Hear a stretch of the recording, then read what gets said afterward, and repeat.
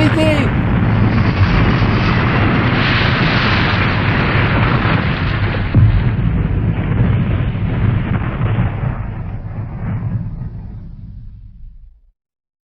Chers amis passagers, bonjour et bienvenue dans ce Brain Crash improvisé qui porte sur comment éviter les erreurs d'encodage et de décodage.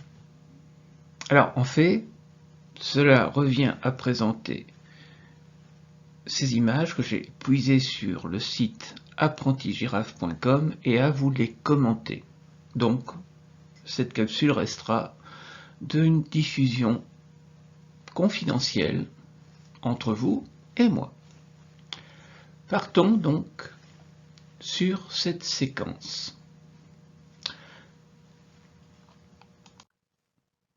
Voilà le point de départ. Un orateur affirme « Tout le monde devrait apprendre la communication non violente ». Ces images ont été puisées dans un site de communication non violente. La communication non violente n'est jamais que l'évolution, l'amélioration des méthodes développées par Rogers et par Gordon. Et donc, ça revient à dire que même si nous sommes témoins des mêmes choses, nous n'entendons pas, nous ne décodons pas tous de la même manière pour des raisons X, Y ou Z. Et donc, là, quand l'orateur affirme « tout le monde devrait apprendre la communication non violente », il y en a un qui comprend. Il dit que ceux qui ne font pas de la communication non violente sont des nuls. Il le prend donc comme un reproche. Le deuxième, il se vante de savoir mieux que les autres, donc il considère que l'orateur est en train de se vanter. Et le troisième, se sent menacé et il a l'impression qu'on veut lui imposer une doctrine à suivre. C'était pas l'intention de l'orateur, mais ça peut être décodé ainsi. Et c'est bien ça le problème de toute communication. Vous la codez d'une certaine manière, mais elle peut être décodée d'une autre manière. Maintenant, la manière dont il l'a présentée, il a pris un risque. Prenons un autre cas. Girafe, qui est censée maîtriser la communication non violente, et elle s'adresse à Chacal qui est en face. Et donc en fait, l'idée est la suivante, on est responsable des mots qu'on choisit d'exprimer. Ses pensées, ses jugements, ses ressentis, ses besoins. Il faut les exprimer. Mais comment les exprimer? Il y a des fois où en fait, nous préférons nous taire plutôt que de dire les choses, car nous savons que ça risque de blesser. Alors évidemment, apparemment la relation entre Girafe et Chacal ne va pas bien, et donc Girafe va insister qu'elle voudrait que le lien s'améliore. Il faudrait prendre soin du lien. Alors, le choix numéro 1 sera un reproche, tu ne fais aucun effort pour notre amitié, l'autre va prendre une gifle. Choix numéro 2, ne rien dire, ouais, mais le silence ne va pas faire que le problème n'existera pas, la tension va demeurer. Et puis il y aura de la communication non verbale qui indiquera que des choses ne vont pas. Et alors, dire par sous-entendu je me sens abandonné, ça peut être mal décodé aussi, quoi. Tu m'accuses de t'abandonner, bon. Donc en fait, ça diminue les chances que le dialogue soit constructif. Alors, là, Girafe dit « c'est important pour moi de vivre du lien », c'est-à-dire elle exprime son besoin d'entrer en relation et de cultiver cette relation. Seulement, voilà, Chacal va décoder de traviole. Tu me traites d'asocial, c'est ça? Donc en fait, Chacal prend un reproche. Mais c'était pas l'intention de Girafe, elle l'avait exprimé en partant de ses besoins. Mais vous avez beau exprimer votre besoin, que se passe-t-il? c'est que chez l'interlocuteur, pour des raisons multiples, eh bien, en fonction de ce qu'on a vécu et de ce qu'on vit ici et maintenant, on ne décode pas tout de la même manière. Il y a peut-être un trauma du passé. Bon, on l'a traité d'antisocial. Il a peut-être vécu des répétitions, on lui a dit que c'était un asocial, un antisocial. Donc il rentre dans ce schéma de répétition systémique. Et face à une stimulation qui lui vient, on parle de la relation, paf, ressort, je suis un antisocial. Maintenant, bon, peut-être que certains besoins ne sont pas remplis pour le moment, il a besoin d'aller à son rythme, et donc là ça va trop vite pour la relation. Il est peut-être fatigué aussi, ce qui fait qu'en fait il a moins de tolérance à une frustration.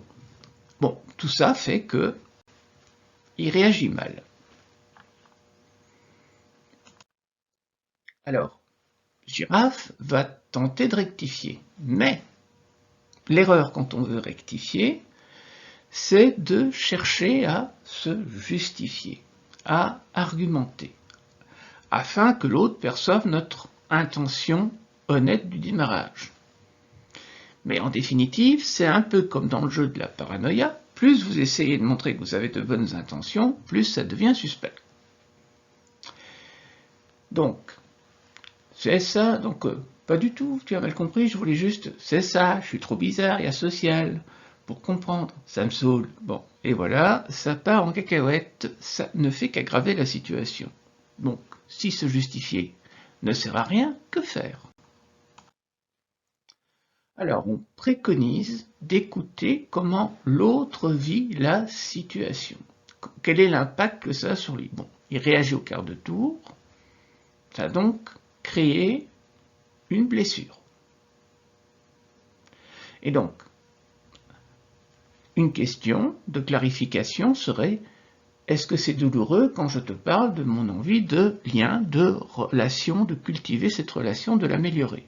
Bah oui, parce que je fais ce que je peux, mais c'est complexe d'entrer en relation pour moi. Et alors, bon, bah c'est le jeu de la reformulation, comme on l'a appris, hein. C'est le jeu de reformuler, refléter. Tu aimerais que ce soit plus simple. Oh oui, soupir. Bon, et donc là, à ce moment-là, on a écouté l'autre pour être entendu. Donc c'est ça la stratégie. Pour être entendu et être compris, il faut également écouter l'autre. Sinon, eh bien, le cycle de l'interaction se grippe.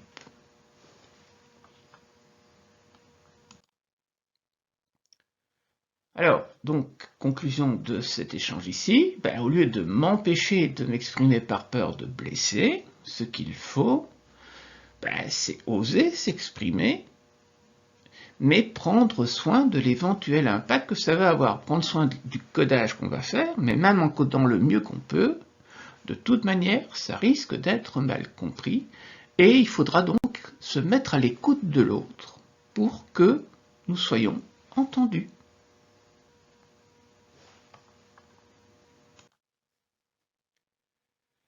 Alors, pour augmenter mes chances que le message soit correctement perçu, une stratégie, c'est ce que nous allons voir ici.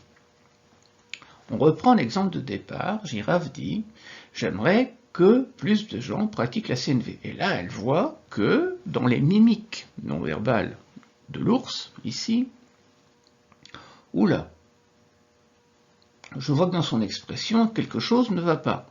Il a l'air agacé. Qu'est-ce qu'il a compris ?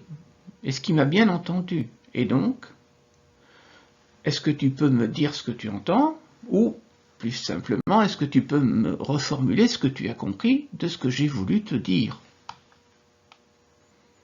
J'ai l'impression que ce n'est pas ce que j'avais l'intention de te communiquer. Et là, donc, si l'autre reformule, tu dis que tu me trouves violent. Alors là, non, c'était pas l'intention. Merci de m'avoir dit ce que tu as compris, je me rends compte que je n'ai pas été aussi clair que j'aurais aimé. Je vais réessayer de encoder à nouveau mon message de manière correcte.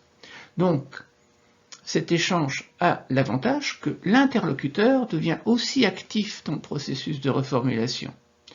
Vous vous reformulez, vous clarifiez, mais en définitive, il faut aussi entraîner l'interlocuteur à reformuler, clarifier à son tour. C'est la seule solution, ce sont les fameux messages de contrôle.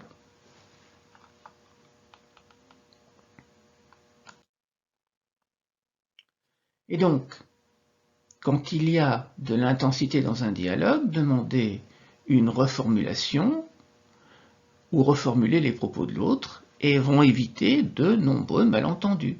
Et ça va permettre d'être plus à l'écoute de l'un et de l'autre. Donc là, ce que je veux dire, c'est que la CNV embellit mes relations et du coup, j'adore la vivre et la partager. Est-ce plus clair ? Et l'autre, reformule ce qu'il a compris. Et là, on peut voir si chacun est sur la même longueur d'onde.